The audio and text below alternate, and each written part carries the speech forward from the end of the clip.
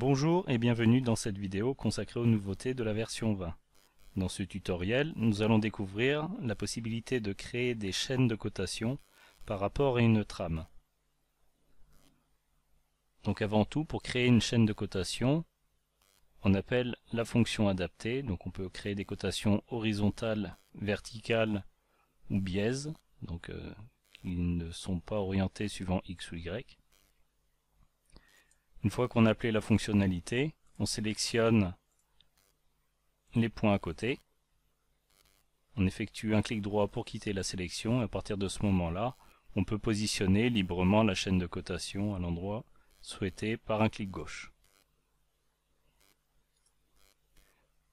À partir de la version 20, une fonctionnalité a été ajoutée pour positionner les chaînes de cotation à une distance donnée. Pour ça, on va aller définir cette valeur donc depuis le module de plan d'IPlan sous zone de plan, paramètres zone de plan. On sélectionne la zone et un nouveau champ a été rajouté, donc trame ligne de cotation, qui est toujours mesuré par rapport au papier, c'est-à-dire format A4 si c'est format A4. Donc là actuellement elle est à 5 mm de la référence. Il y a 5 mm d'espacement pour la trame. Cette fonctionnalité est également accessible depuis un fichier bâtiment, donc dans tous les modules à l'exception de DICAM. Et dans ces modules-là, on ira rechercher la fonctionnalité pour régler la trame sous fichier configuration, repère trame, et on retrouve la même ligne de paramétrage.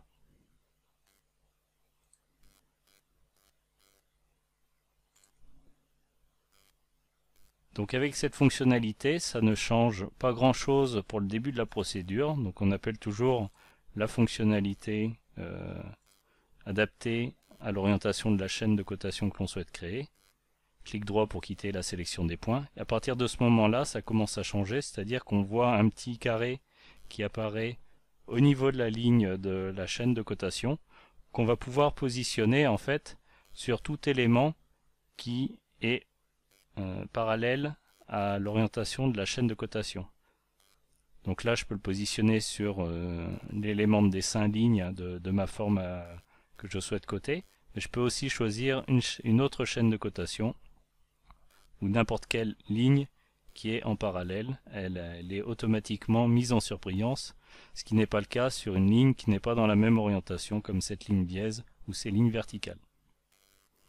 Dès l'instant où je suis sur une ligne qui lui est parallèle, je vais pouvoir appuyer sur la barre espace et à partir de ce moment-là, ma chaîne de cotation vient s'ancrer sur cette ligne, ce qui fait que je vais pouvoir positionner directement à cet endroit-là ma chaîne de cotation. Mais pas seulement, si je décale ma souris, elle va se décaler de la valeur renseignée dans la fonction que je vous ai montrée précédemment. Donc on voit qu'elle se déplace maintenant de manière saccadée, c'est-à-dire tous les 5 mm. Donc on peut aussi, par cette méthode, aller créer une chaîne de cotation qui soit parfaitement alignée avec une autre chaîne de cotation, par exemple celle-ci, et valider par clic gauche. Et là, ces deux lignes sont parfaitement alignées. Ces deux chaînes de cotation sont parfaitement alignées. Alors ça fonctionne bien évidemment pour les autres chaînes de cotation. Si je crée une cotation biaise par exemple, je vais retrouver la même logique. Donc je vais sur ma ligne biaise, j'appuie sur la barre espace et après je me décale de la valeur souhaitée.